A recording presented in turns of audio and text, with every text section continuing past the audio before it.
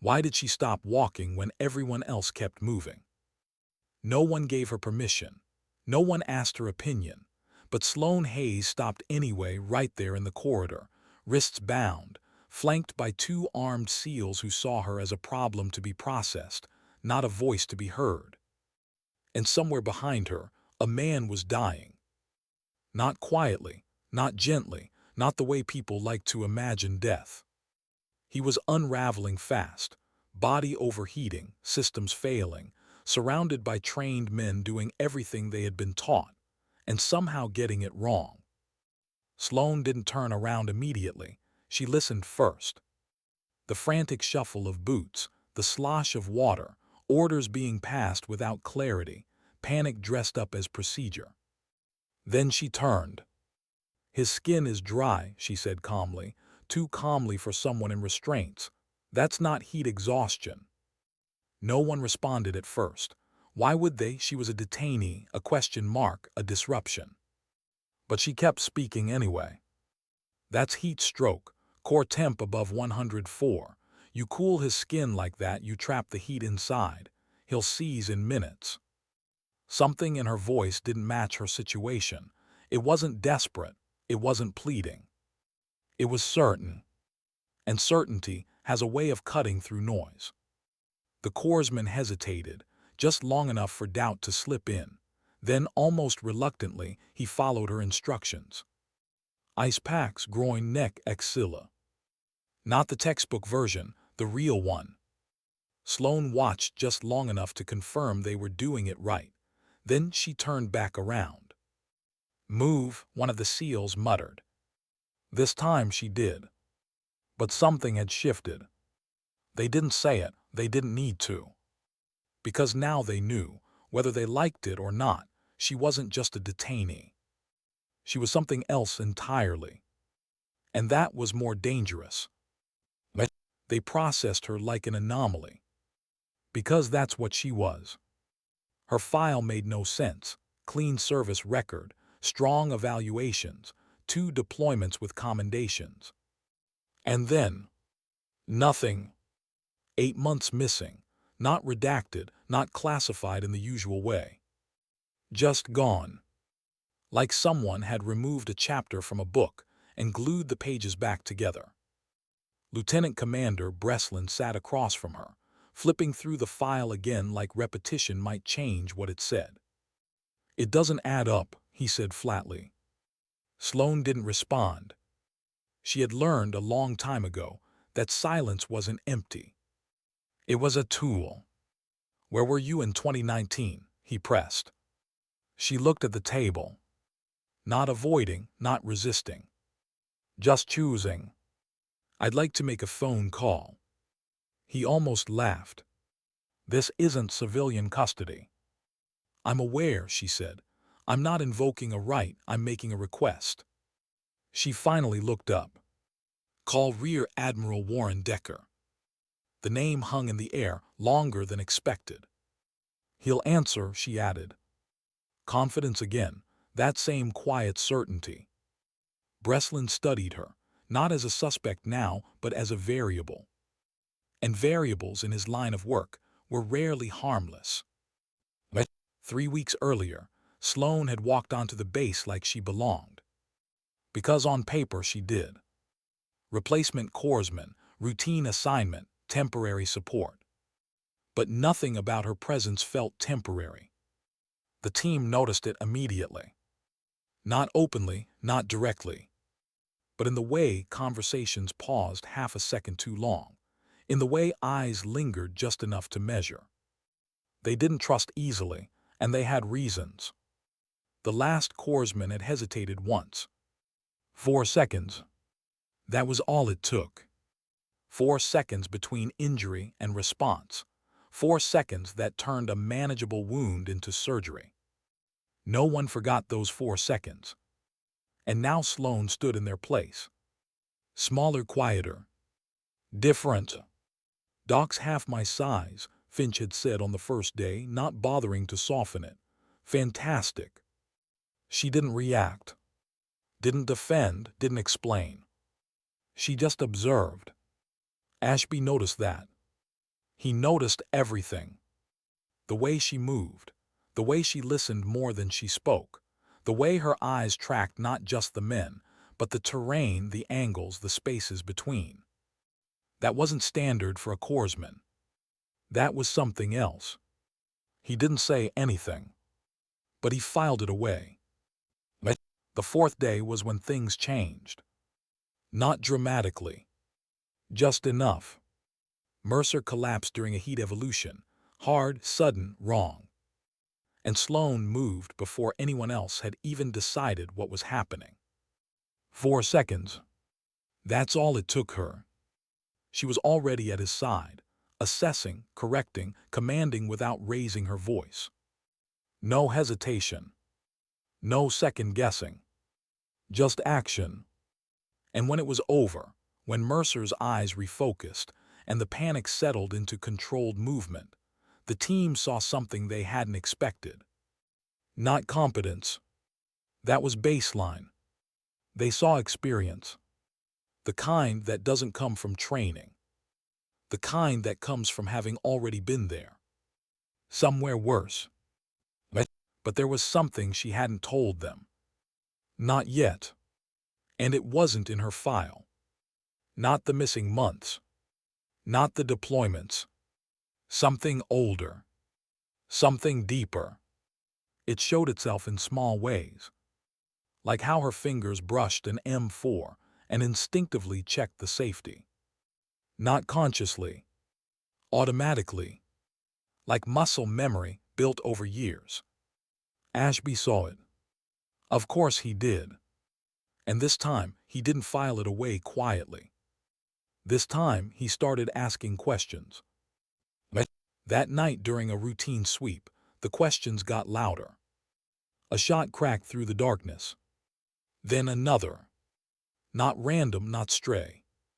Targeted.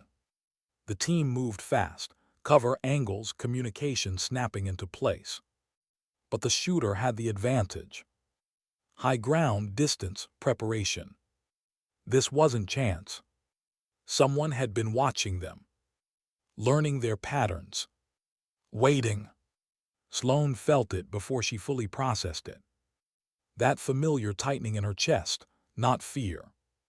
Recognition. She had seen this before. Different place, same shape. Ashby was already unshouldering his rifle when she took it from him. No hesitation. No permission. Just a quiet understanding that passed between them. You can do this. She went prone. Ignored the protest in her shoulder. Calculated distance, wind, elevation. Not roughly. Precisely. And then, one shot. The ridge fell silent. Just like that. Ashby stopped counting seconds. Because there was nothing left to count. Afterward, no one spoke immediately. They didn't need to. Because now the question wasn't whether Sloane Hayes belonged there. The question was, where had she learned to do that? And why had no one told them? Back in the medical bay, she worked like nothing had happened. Tape, assess, document. Routine. But inside something stirred. Not pride. Not relief. Something quieter. The feeling of slipping back into a version of herself she had tried to leave behind. Because every time she crossed that line, medic to something more, it cost her something. And she wasn't sure how much was left to spend. Ashby found her later.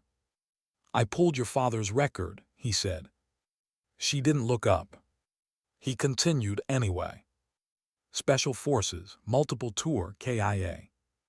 She nodded. That's what the record says. He studied her. That's not the whole story. No, she said softly, it is. And for the first time, the silence between them wasn't empty. It was heavy. Because now he understood. Whatever had been missing from her file wasn't missing by accident. Some truths don't disappear. They wait. And when they come back, They don't ask for permission. They demand to be seen. And Sloane Hayes had spent 4 years making sure that, when this one surfaced, it would finally be impossible to ignore. Why did the Admiral tell them to take her restraints off, before anyone had even explained who she was? The room still carried the stale hum of fluorescent lights when Sloane stepped back in, her wrists free now, the faint pressure marks still visible where plastic had bitten into skin. No one mentioned it. No one apologized. But everything had changed. Not loudly, not dramatically. Just enough. Lieutenant Commander Breslin stood differently now, less certain, more careful. The file in his hands hadn't changed. The missing 8 months were still missing. The questions were still unanswered. But the context had shifted. Because somewhere between a phone call and a quiet, deliberate voice on the other end, Sloane Hayes had stopped being a problem and become something far more inconvenient. "Rear Admiral Decker will be here Thursday morning," Breslin said. Sloane nodded once. "I know." Of course she did. That was the unsettling part. She didn't ask questions. She didn't seek reassurance. She didn't try to negotiate her position. She simply accepted it, as if this had always been the next step. As if she had been waiting for it. The team noticed the difference before anyone explained it. They always did. Small changes first.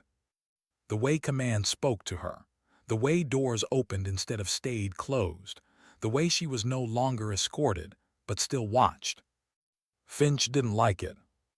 Not because he distrusted her more than before, but because now he didn't know how much he didn't know.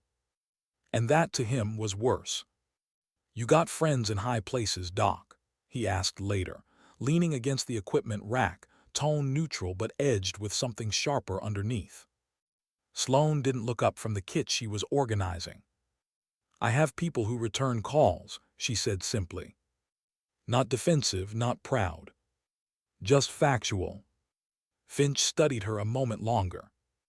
There were 100 follow-up questions he could have asked. He asked none of them. Because something in her posture made it clear. She wasn't hiding out of fear. She was choosing silence. And that was harder to break. That night, sleep came quickly for everyone else. For Sloane, it never really arrived. She lay still, eyes open in the dark, one hand resting lightly against her sternum, the way she did when her thoughts started moving too fast to track individually. Not panic. Just pressure. Like standing too close to something heavy that hadn't fallen yet. The envelope surfaced in her mind again. Always the envelope. Sealed, dated, waiting. She had known about it for years. Built plans around it, timed decisions around it. And still, she hadn't opened it. Not because she didn't want answers, but because she already knew what they would cost. Her father hadn't left things unfinished. He didn't believe in that. If he had sent something like that, it meant he had already understood what was coming. And he had chosen to act anyway. That was the part that stayed with her.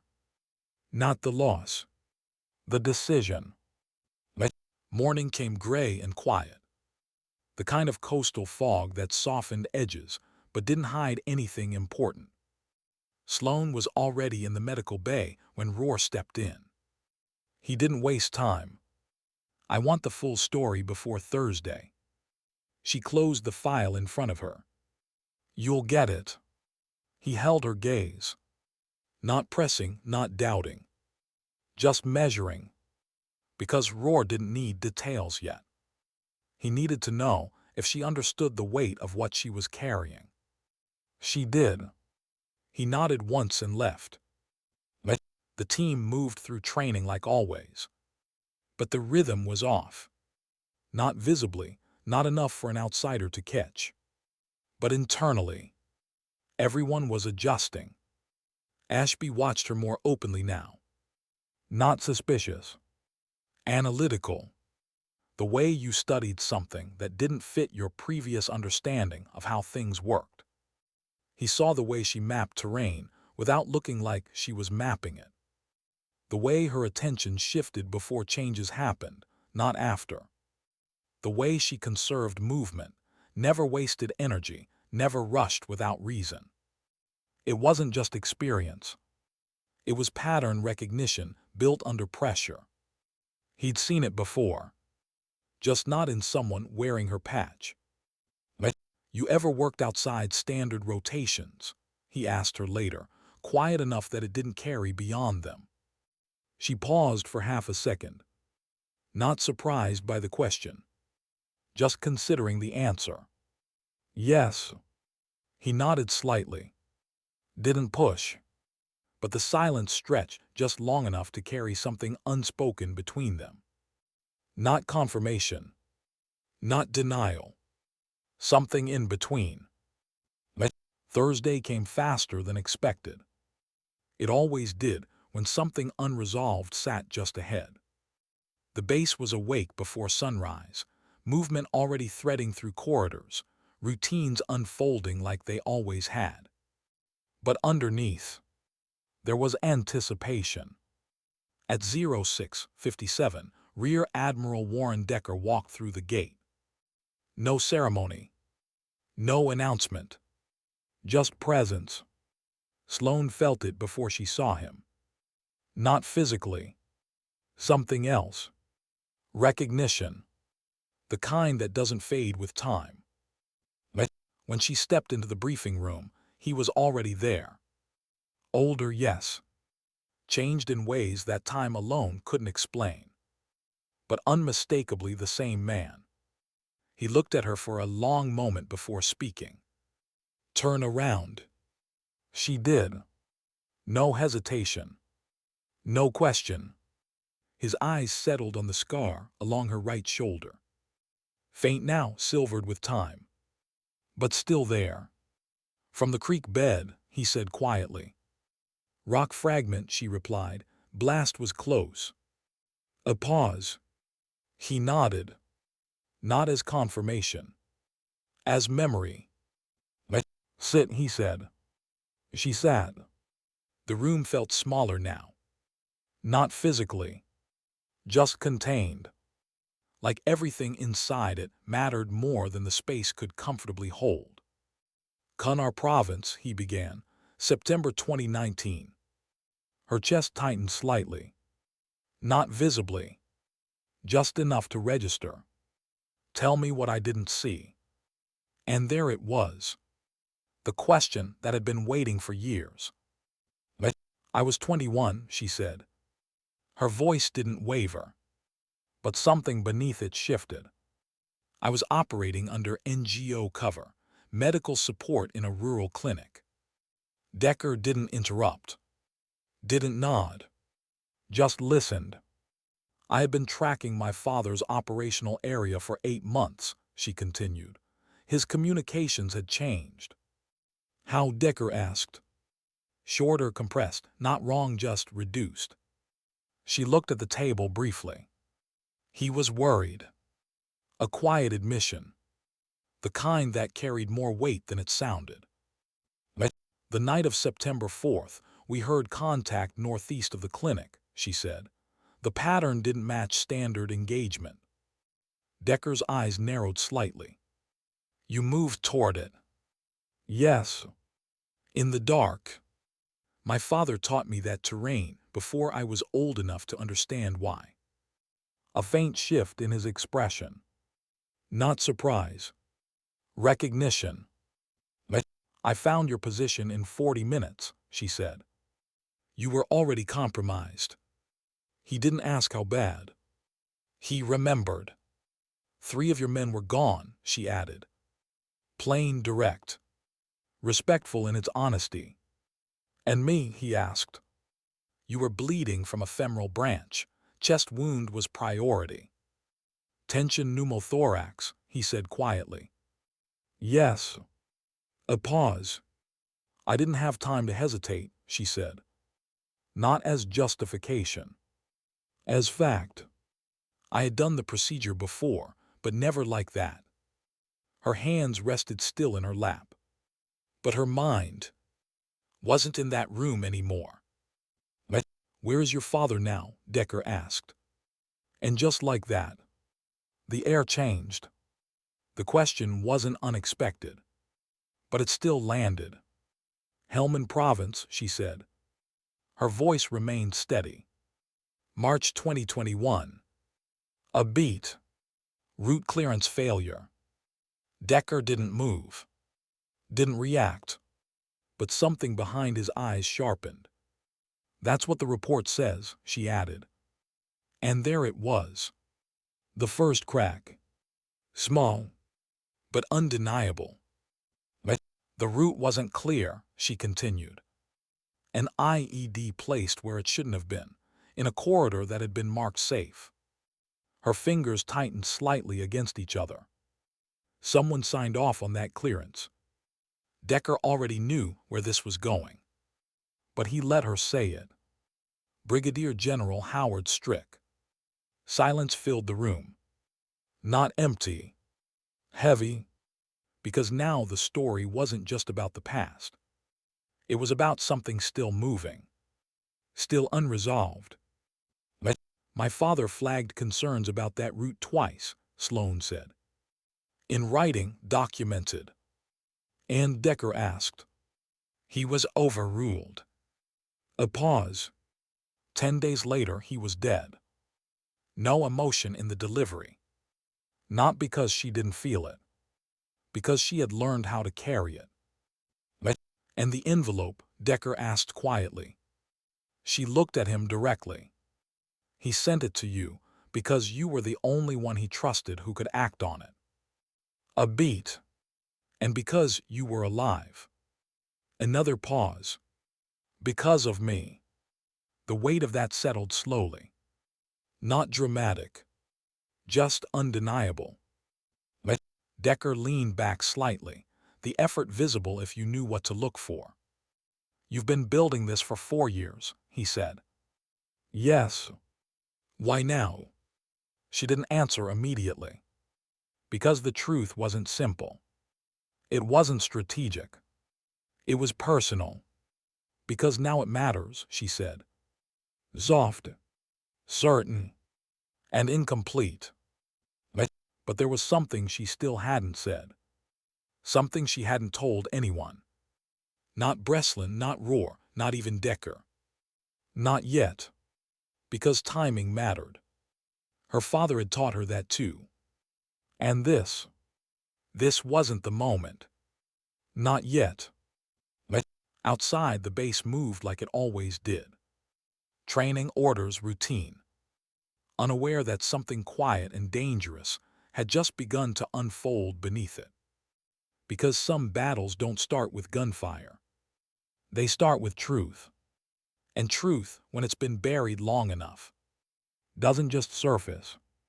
It forces its way back. And when it does, it doesn't ask who's ready. Why did she hesitate this time, when hesitation was the one thing she had trained herself never to allow? The message came just after dusk. Short, clean, no signature. Movement confirmed, window narrowing. Sloan stared at the screen longer than necessary, not because she didn't understand it. Because she did. Too well. This was the moment she had been preparing for. The reason she had stepped back into a system she no longer trusted. The reason she had allowed herself to be seen again, tracked, questioned, cornered. Everything had been moving toward this. And yet, her thumb hovered over the screen, unmoving. For the first time in years, she didn't act immediately. Not out of fear. Out of weight. Because once she responded, there would be no more distance between intention and consequence. And she wasn't sure who would pay for that. But Ashby noticed the shift before anyone else. He wasn't watching her directly. He never did. But he paid attention to patterns, and hers had changed. Slightly slower responses. A fraction more stillness between movements. The way her focus drifted inward, just long enough to signal something unresolved beneath the surface. He found her near the edge of the training grounds, standing where the floodlights didn't quite reach. "You're thinking too loud," he said. She didn't turn, didn't realize that was possible. It is when everything else about you is quiet. A pause. Not uncomfortable. Just present. "You ever get to a point," she said slowly, "where doing the right thing doesn't feel right anymore?" Ashby leaned against the barrier, eyes on the empty range. "Yeah," he said, "that's usually when it matters most." She let that sit. Didn't argue. Didn't agree. Because the truth was, she didn't trust her definition of right anymore. Not after everything she had learned. Inside the command building, Breslin was running out of patience. Not outwardly, he was too controlled for that. But internally, the pieces weren't aligning fast enough. Decker had confirmed her story, not all of it, but enough to shift her from suspect to asset. And that made things more complicated. Because assets came with expectations. And risks. "She's holding something back," Breslin said, packing slowly. Roar didn't respond immediately. He rarely did. "That's not new," Roar said finally. "No, but now it's operational." Breslin stopped. "She asked for access this morning." "To what?" "Archived route clearance logs, Helmand Sector, March 2021. Roar's expression didn't change. But something behind it did. "She's not just telling a story," Breslin continued. "She's building a case. A beat. And if she's right—" Roar looked at him. Then away. "Then we've all been standing on something unstable for a long time." Sloan didn't sleep again that night. But this time, it wasn't the envelope that kept her awake. It was the memory. Not the explosion. Not the aftermath. Something smaller. Quieter. Her father's voice. Not over comms. Not in a briefing. In a moment that hadn't seemed important at the time. "Don't confuse proof with truth," he had told her once, adjusting the sight on her rifle with the same patience he brought to everything. "Proof convinces people. Truth survives without it." She hadn't understood then. Now, it was the only thing that made sense. Because what she had wasn't proof. Not yet. Just fragments, patterns, absences where there should have been clarity. And a name attached to all of it. Strick. The operation came together faster than expected. Too fast. That was the first sign something was off. Orders came down without the usual friction. Approvals cleared in hours instead of days. Resources allocated with an efficiency that felt unnatural. Finch noticed it immediately. "We're being handed this too easy," he muttered, checking his gear with sharper movements than usual. "No one hands us anything," Mercer added, "not without a reason." Ashby didn't say anything. He was watching Sloan. Because she wasn't reacting the way he expected. No tension, no visible concern. Just focus. Like she had already accounted for this. And that bothered him more than if she hadn't noticed at all. The briefing was short. Target, suspected intermediary. Logistics handler with ties to multiple off-book operations. Location, remote compound. Limited visibility, minimal intel. Standard language. But beneath it, something didn't align. Sloan felt it the moment the coordinates appeared. Not wrong. Just familiar. Too familiar. Her pulse didn't spike. It steadied. And that was worse. Because recognition meant history. And history meant variables no one else in that room could see. "You've been here before," Ashby said quietly, not a question. She didn't look at him. Yes. A pause. How long ago? Long enough that it should be different. But it is. No. Another silence. This one heavier. Because now he understood. This mission wasn't just another operation for her. It was a return. They moved at 200. Dark, controlled, efficient. The kind of movement that came from repetition and trust. Sloane stayed slightly behind the main formation, exactly where a corpsman should be. But her awareness stretched far beyond that role. Every step mapped against memory. Every shadow measured against something she had already seen once before. And then she stopped. Not abruptly. Just enough. Ashby noticed immediately. What is it? She didn't answer right away. Her eyes scanned the perimeter. Then the ground. Then, there shouldn't be gravel here, she said. Finch frowned. What? This area was packed dirt, clay base. Gravel would have shifted in the rain. A beat. It didn't rain. No, she said quietly, it didn't. And that's when it clicked. Not just for her. For all of them. Pressure plates, Mercer said under his breath. Sloane nodded. Recently placed. Ashby exhaled slowly. Someone knew we were coming. Not a guess. A fact. The silence that followed wasn't fear. It was recalibration. Because now the mission wasn't what they had been briefed. It was something else entirely. And they were already inside it. Can you map it? Ashby asked. Sloane crouched, her fingers hovering just above the ground, tracing patterns that weren't visible unless you knew how to look. Yes. How long? 3 minutes. You have one. She nodded. Of course she did. Time compressed. Every second carried weight. She moved carefully, deliberately, identifying placement, spacing, intention. This wasn't random. This was designed. Not just to stop movement. To control it. To funnel. To predict. Her chest tightened slightly. Because she recognized the pattern. She had seen it before. Years ago. In a place she hadn't spoken about yet. Done, she said, stepping back. Ashby relayed the adjusted path immediately. The team shifted. Careful, precise. No wasted motion. And just like that, they were through. But Sloane didn't feel relief. Not even close. Because if the approach had been compromised, then the rest of it was waiting. They reached the outer structure without contact.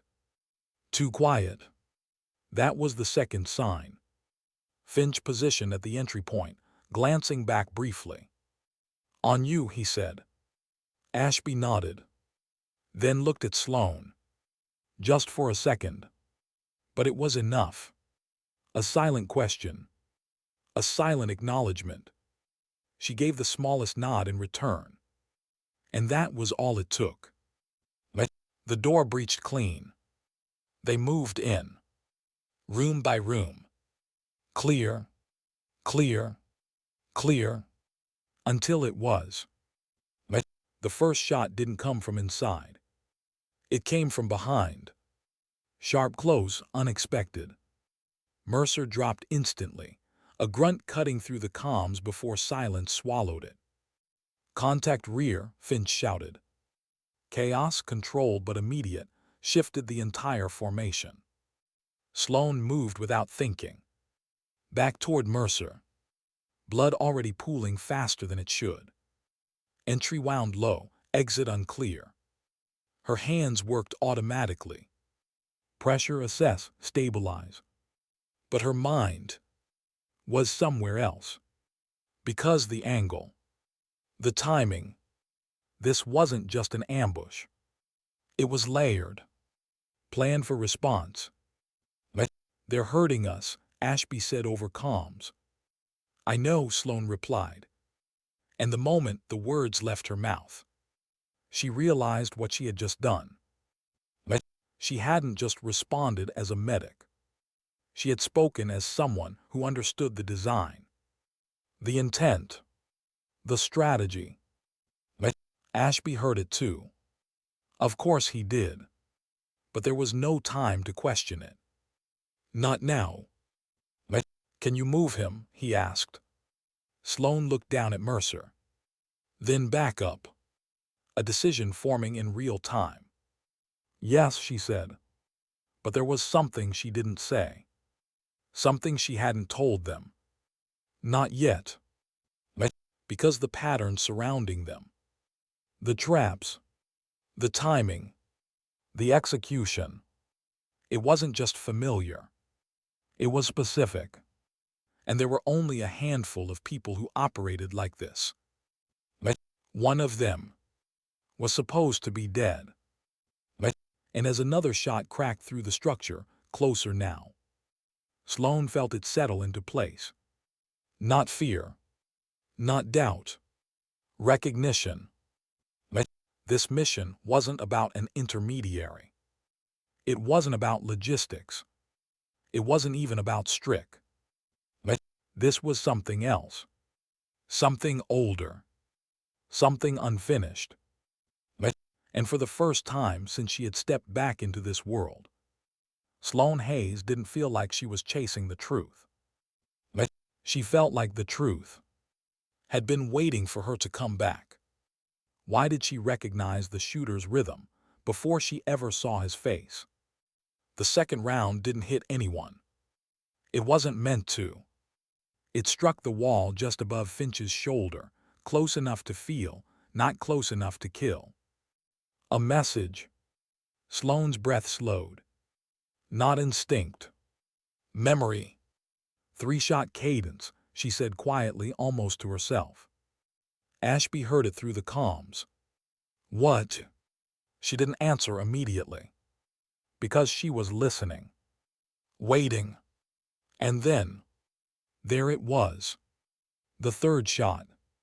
Not rushed, not reactive. Placed. Deliberate. Exactly where it needed to be to hold them in place. They're not trying to eliminate us, she said. They're shaping us. A pause. Ashby adjusted position, eyes scanning angles that suddenly felt more controlled than before. Toward what? Sloane's gaze shifted down the corridor, past the rooms they had cleared, toward the structures in her spine. Her chest tightened, not with fear, with certainty, toward a decision point. Mercer groaned beneath her hands, pulling her back. His pulse was weak but present, breathing shallow, uneven. She worked faster now, not frantic but compressed. Every movement intentional. Every second accounted for. You're staying with me, she said quietly, not sure if he could hear it. Not sure if she needed him to. Because sometimes the words weren't for them. Sometimes they were for you. Doc, Finch snapped, tension edging into his voice. We need to move. I know. But she didn't. Not yet. Because moving too soon meant stepping into something they didn't understand. And staying too long meant becoming static. Predictable. Targetable. Her father's voice surfaced again. If they control your movement, they control your outcome. She exhaled slowly. Then looked up. We don't move forward, she said. Silence. Brief, sharp. Then. Explain, Ashby said. Forward is where they want us, she replied. Rear is compromise that leaves. She scanned the structure again, mind mapping faster than she could articulate. Vertical access. Finch frowned. There's no storage shaft, she cut in. Left side behind the second interior wall. It's not on the layout because it wasn't part of the original design. Another pause. How do you know that? Mercer muttered weakly. Sloane didn't answer. Because the truth wasn't something she could give them right now. Let move, Ashby ordered. Not because he fully understood. Because he trusted the pattern. And right now, she was the only one seeing it clearly. They shifted fast, breaking expected flow, disrupting whatever model the shooter had built around them. Sloane supported Mercer as they moved, his weight uneven but manageable. Her shoulder protested, old injury buried deep. Ignored. Always ignored. They reached the shaft in under 30 seconds. Hidden, narrow, exactly where she said it would be. Finch shot her a look. Not questioning anymore. Just recalibrating. Up, Ashby said. One by one they moved. Controlled quiet. The structure groaned slightly under shifting weight, but held. Sloane went last. Always last. Because that was where she belonged. Because that was where she could see everything. Halfway up, the shooting stopped. Not faded. Stopped. Clean. Like a switch had been flipped. And that was worse. At the top, the space opened into a narrow maintenance corridor. Dust-lined, forgotten. A place no one used anymore. Unless they knew it was there. Ashby moved forward first, clearing angles. Finch followed. Then Sloane, guiding Mercer carefully through the tight space. Her mind didn't slow. It accelerated. Because now the pattern was clearer. The traps. The funneling. The controlled engagement. This wasn't just tactical. It was personal. You've been here, Ashby said again, quieter this time.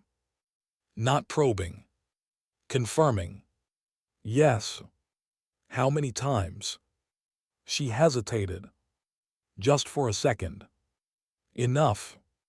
It wasn't the answer he wanted. But it was the one she could give. They reached the end of the corridor.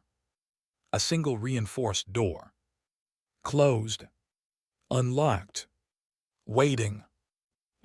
No one touched it immediately. Because something about it felt intentional. Like everything else. Like it had been placed there, not just as an exit, but as a choice. He wants us to open it, Finch said. Sloane nodded. Yes. Then why would we? She looked at the door. Then at Mercer. Then at the team. Because sometimes the trap wasn't the door. It was the hesitation. Because not opening it doesn't change the fact that we're already inside this, she said. Soft, certain. And staying here just gives him more time to adjust. Ashby stepped forward. Hand on the handle. Paused. Then looked back at her. One brief moment. A question without words. Are you sure? She met his gaze. Didn't nod. Didn't speak. Just held it. Yes. He opened the door. The room beyond wasn't what they expected. No immediate threat. No visible hostiles. Just space. Wide concrete, bare. Except for one thing. A man. Standing in the center. Rifle lowered. Waiting. Sloane stopped moving. Not abruptly. Just enough. Her breath caught. Not from fear. From recognition.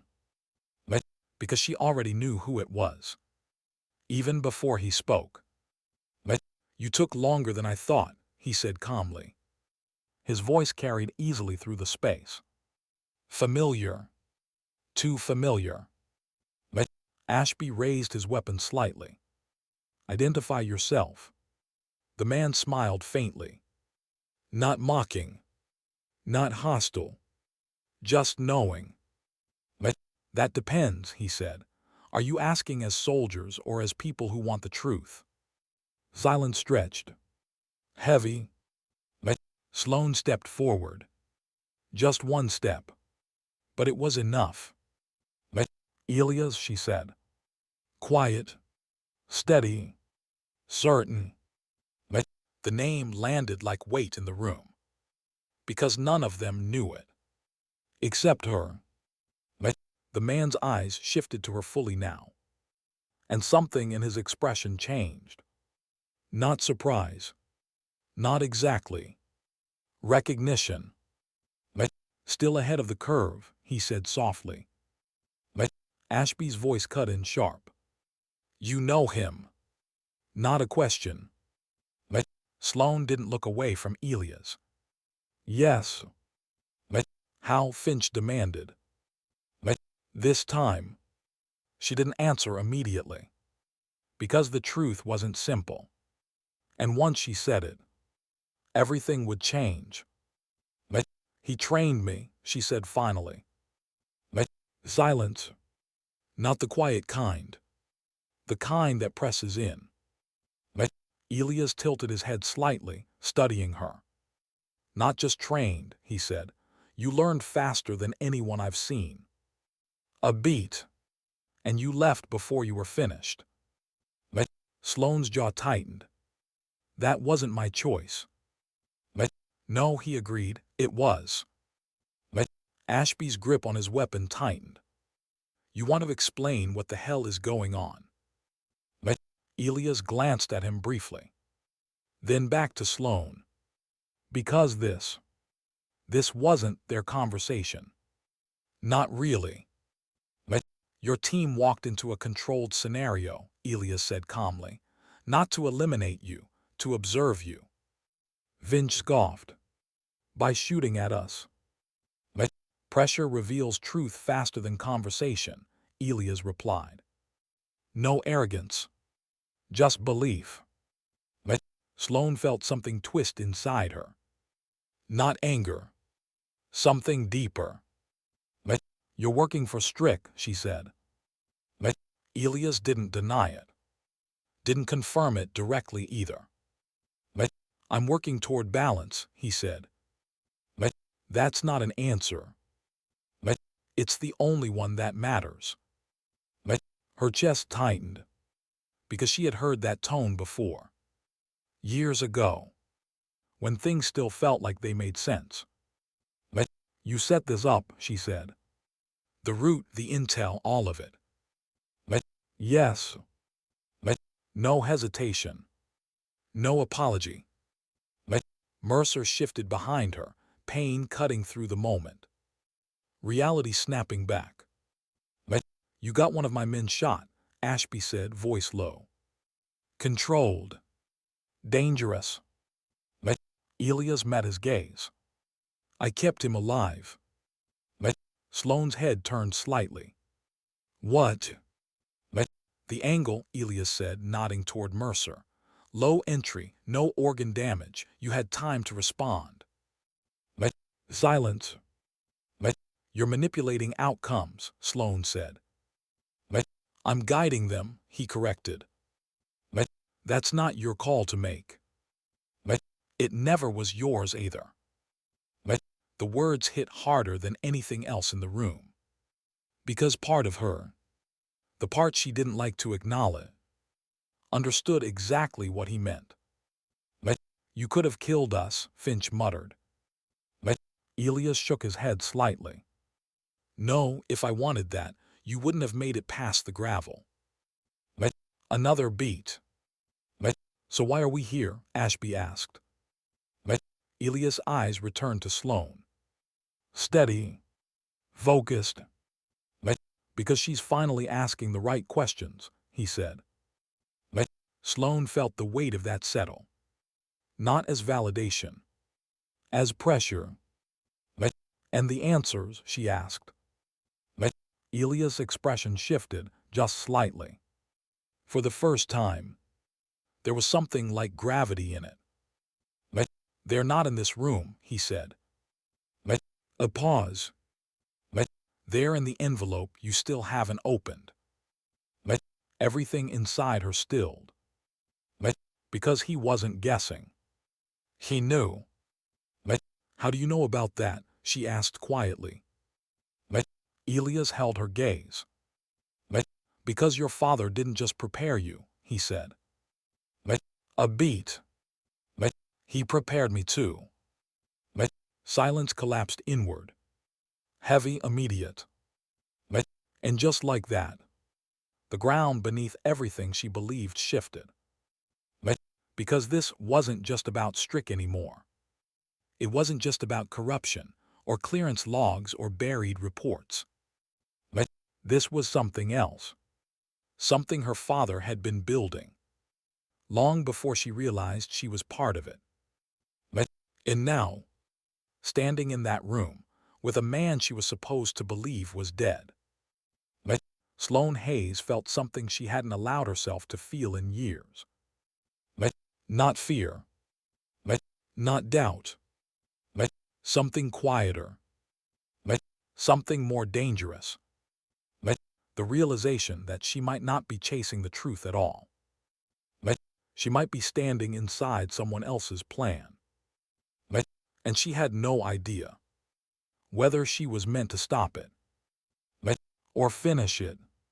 Why didn't she reach for her weapon when everything in the room told her she should? No one moved. Not Ashby, not Finch, not even Mercer, barely conscious against the wall. Every instinct in that space screamed the same thing: control the threat. But Sloane stood still, eyes locked on Elias. Because this wasn't a threat in the way they understood it. This was something far more complicated. You shouldn't be alive, she said quietly. Not accusation. Not disbelief. Just a statement that had waited years to be spoken out loud. Elias exhaled faintly, almost amused, but not dismissive. Neither should you, he replied. The words didn't land like an insult. They landed like truth. And that made them harder to ignore. Ashby stepped slightly forward, positioning himself just enough between Sloane and Elias to act if needed. Start talking, he said, voice low, steady. Now. Elias glanced at him, measuring. Not as an opponent. As a factor. You're already behind, he said. Talking won't fix that. Finch scoffed under his breath, tension sharp. Then try me. But Elias wasn't looking at Finch. He was still watching Sloane. Because she was the only one in that room who understood the shape of what was happening. Even if she didn't know the details yet. The envelope, she said. Her voice barely above a whisper. But it cut through everything. Elias nodded once. That's where he told you the truth, he said.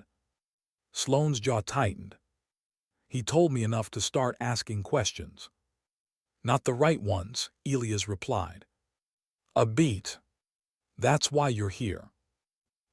The silence that followed felt different now. Not confusion. Alignment uneasy, incomplete but real. Because every piece, no matter how fractured, was pointing in the same direction. Her father. Strick.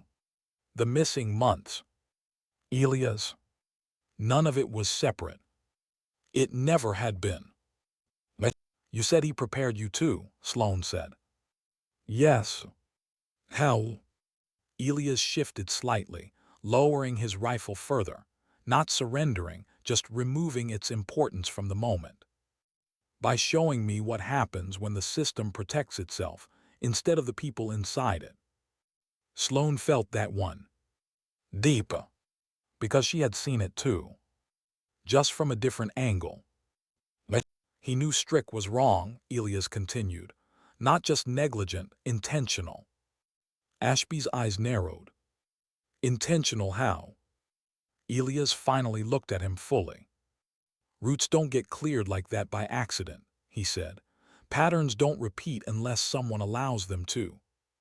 Finch's expression hardened. You're saying those hits weren't mistakes? I'm saying they were acceptable losses, Elias replied calmly. The words landed heavy. Ugly, because they weren't dramatic. They were believable. Sloane's chest tightened. Not from shock. From confirmation. Because this was the shape she had been circling for years. The thing she couldn't prove. The thing she couldn't fully accept without proof. Until now. You could have exposed him, she said. Elias shook his head. No, not then. Why not? Because no one would have listened. A pause. They still might not. Ashby shifted his stance, frustration threading through his control. Then what is this? He demanded. Some kind of test. Elias didn't answer right away. He looked at Sloane again. Then at Mercer. Then at the team. Weighing. Always weighing. This is a threshold, he said finally. Meaning, Finch pressed. Meaning after this, Elias replied, you don't get to pretend you don't see it anymore. The room went still again. But not like before. This time it wasn't uncertainty. It was recognition. Because they all felt it. Something had already changed. Sloane stepped closer. Not aggressively. Not cautiously. Just deliberately. You set this up to force that, she said. Yes. You risked lives. Elias met her gaze. I controlled the risk. That's not the same thing. No, he agreed, it is. A beat. But it's the only way this ever moves forward. Her hands curled slightly at her sides. Not anger. Not quite. Something sharper. Because part of her, a part she didn't want to admit, understood his logic. And that scared her more than anything else he had said. You sound like him, she said quietly. For the first time. Elias' expression shifted. Not much. But enough. I learned from him too, he said. The weight of that settled between them. Her father wasn't just a victim in this. He was a participant. A planner. Maybe even. An architect. Sloane felt something inside her crack slightly. Not break. Just shift. Because the version of him she had held onto, clear, certain, right, was becoming something more complicated. More human. More dangerous. What's the endgame? Ashby asked. Elias looked at him. Then back at Sloane. There isn't one, he said. Everything has an endgame. No, Elias replied softly. Some things just have consequences. That landed differently. Because it felt true. In a way strategy never did. Mercer groaned again, pulling Sloane's focus back. She dropped beside him instantly, hands moving with practiced efficiency. Stay with me, she said quietly. Her voice softer now. Grounded. Because this was something she could control. As she worked, she spoke again without looking up. You didn't bring us here just to talk. No, Elias said. Then what? A pause. Longer this time. Because he's moving, Elias said finally. Sloane froze for half a second. Not visibly.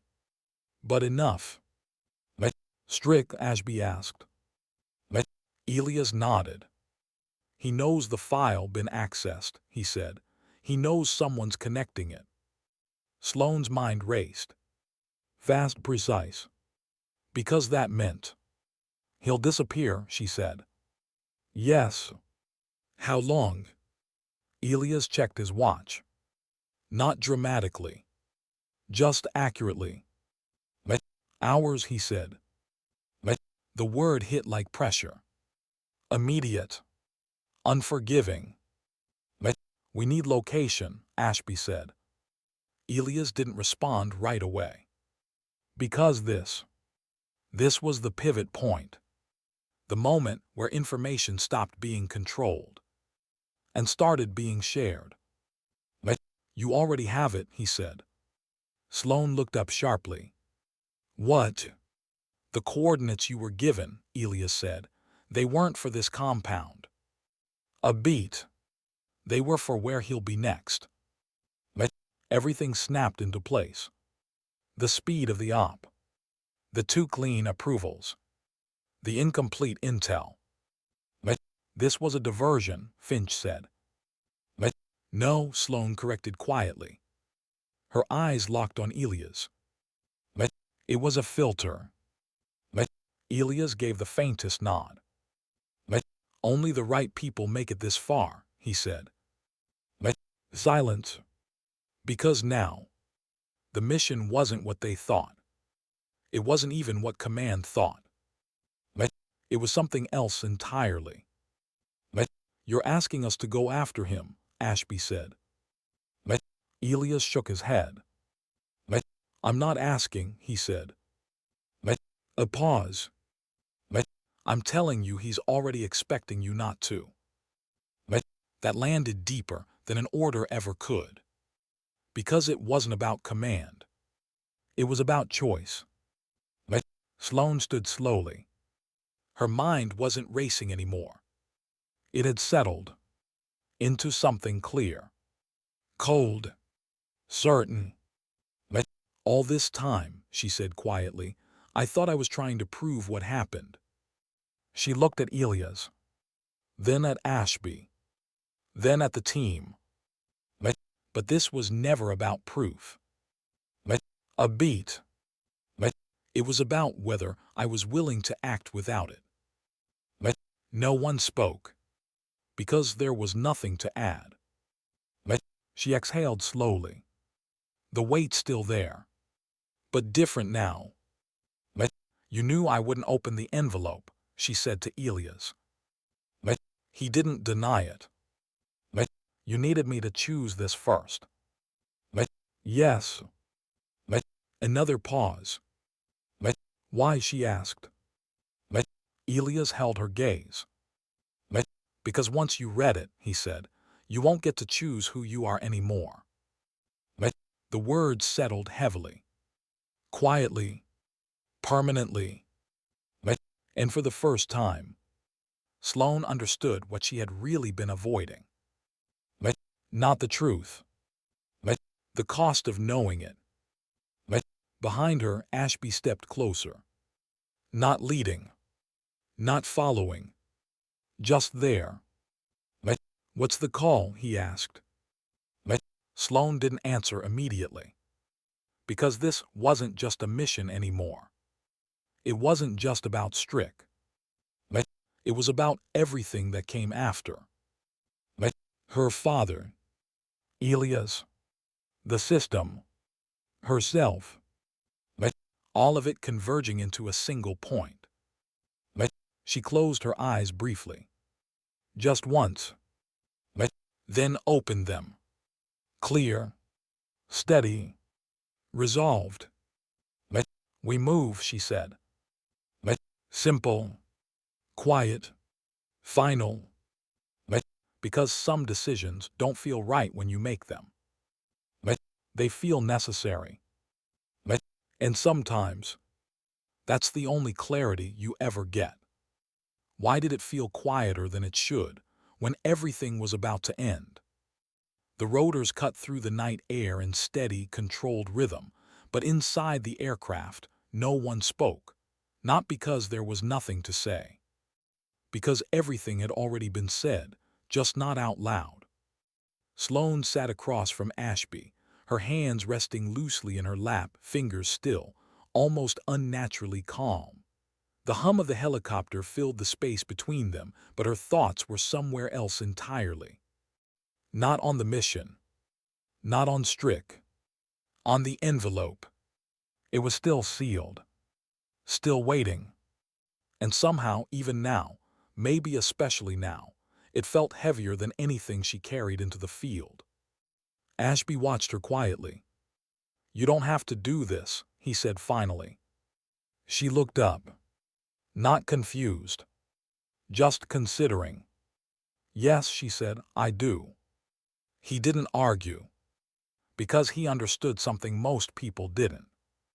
There are moments where choice disappears, not because someone takes it from you, because you already made it a long time ago. The coordinates led them to an airstrip that barely qualified as one. Isolated, quiet, forgotten by anything that didn't already know it was there. Exactly the kind of place someone like Strick would choose. No perimeter lights. No visible guards. Too clean. "That's not right," Finch muttered, scanning through optics. "No," Sloane said softly, "it's not."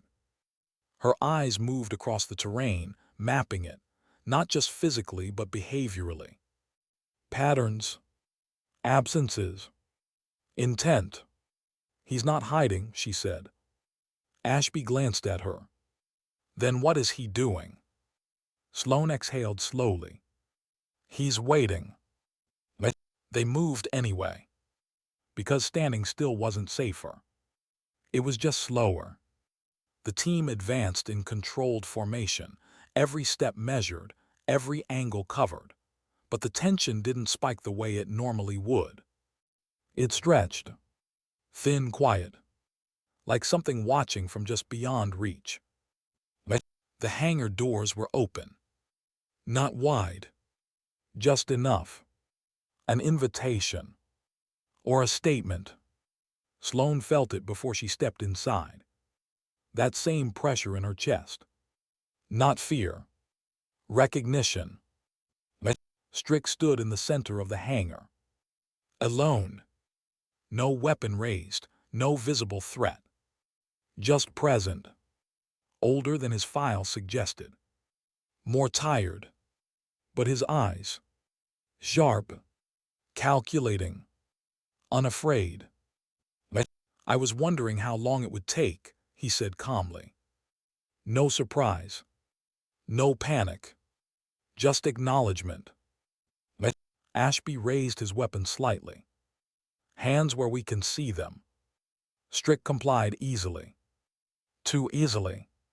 Because this wasn't about control. Not anymore. Sloane stepped forward. Slow. Deliberate. Her eyes never leaving his. "You cleared that route," she said. No build-up. No hesitation. Just truth placed between them. Strick tilted his head slightly. "I signed a document," he replied. "That's not the same thing." "It is in practice." The words hit harder than denial would have. Because they weren't defensive. They were honest. In the worst way. "Men died," Ashby said, voice tight. Strick nodded once. "Yes."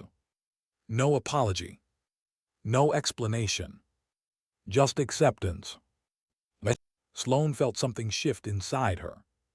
Not anger. Something deeper. Something colder. "Why?" she asked. Strick looked at her carefully. Not dismissing. Not underestimating. Evaluating. "Because the system requires it," he said. Silence. Heavy. "That's not an answer," Finch snapped. "It's the only one that matters," Strick replied. The same words. Different voice. And suddenly, everything aligned. Sloane's chest tightened. Because this wasn't just about one man. It never had been. "You had warnings," she said. "You ignored them." "I weighed them," Strick corrected. "And chose wrong." "I chose necessary." The word echoed. Ugly. Familiar. Because she had used it herself. Just hours ago. Her hands curled slightly. The realization settling deeper. You don't get to decide that, she said. Strick's gaze didn't waver. Someone always does. A pause. The difference, he added, is whether they admit it. The air felt thinner, heavier, because there was no hiding in that statement. No clean lines. Just reality. Ashby stepped closer. You're under arrest, he said. Strick almost smiled. Not mocking. Just knowing. No, he said quietly, I'm not. The sound came before the movement. Engines. Distant. Closing. Sloane's head snapped toward the opening of the hangar. Too fast. Too precise. They're early, she said. Ashby frowned. Who? She didn't answer, because she already knew. Elia stepped into view seconds later. Not rushing. Not cautious. Just arriving. Everything froze. Again. But this time, it felt final. Strick's expression shifted for the first time. Not fear. Recognition. You, he said. Elia stopped a few feet away. His gaze moved from Strick to Sloane. Then back. It's done, Elia said. No, Strick replied calmly. It's just beginning. Sloane felt the weight of that, because both of them believed it. In different ways. For different reasons. You set me up, Strick said. Elias shook his head slightly. No, he said, you set yourself up. A beat. I just stopped protecting you. Silence. Strick exhaled slowly. For the first time, there was something like fatigue in it. You think this changes anything? He asked. Elias didn't hesitate. No, he said. A pause. But it makes it visible. That word hung in the air. Visible. Because that was the difference. Not stopping it. Not fixing it. Showing it. Sloane stepped forward again. The distance between her and Strick closing. Not aggressively. Not hesitantly. Just inevitably. My father trusted you, she said. Strick met her gaze. He trusted the system, he replied. And you were part of it. Yes. No denial. No deflection. That's why it worked. The final piece. Simple. Brutal. True. Sloane felt it settle. Not like a revelation. Like confirmation. All this time, she had been looking for a moment. A confession. A clean line between right and wrong. It didn't exist. It never had. Behind her, Ashby moved in, securing Strick without resistance. No struggle. No drama. Because the fight wasn't here. It never was. Elias turned slightly, preparing to leave. Wait, Sloane said. He stopped. Looked back. The envelope, she said. A pause. Do I open it? The question wasn't tactical. It wasn't even about the mission. It was about her. Elias studied her for a long moment. Not evaluating. Not guiding. Just seeing. That depends, he said finally. On what? A beat. On whether you're ready to stop asking who was right and start deciding who you're going to be. Silence. Then he turned and walked away. No one stopped him. Because some people aren't meant to be held. They're meant to be understood. Later, when the noise had faded, when the reports had been written, when the system began doing what it always did, absorbing, reshaping, continuing, Sloane sat alone, the envelope in her hands, edges worn, seal unbroken. She turned it over once, twice, then stopped. Not because she was afraid, because she understood something now, something she hadn't before. The truth inside that envelope wouldn't change what had happened, wouldn't bring clarity, wouldn't make anything clean. It would only take away the last thing she still had. Joyce. She exhaled slowly, then set it down, unopened, not as avoidance, as decision, because some truths don't need to be read to be real, and some answers don't free you. They define you. Outside, the world kept moving, just like it always does, unchanged. But inside, something had shifted, quietly, permanently. Sloane Hayes stood up, not lighter, not resolved, but steady, because in the end, it was never about proving what was right, or exposing what was wrong. It was about what you chose to carry forward, and what you chose to leave behind. Sometimes dignity doesn't speak. It simply acts.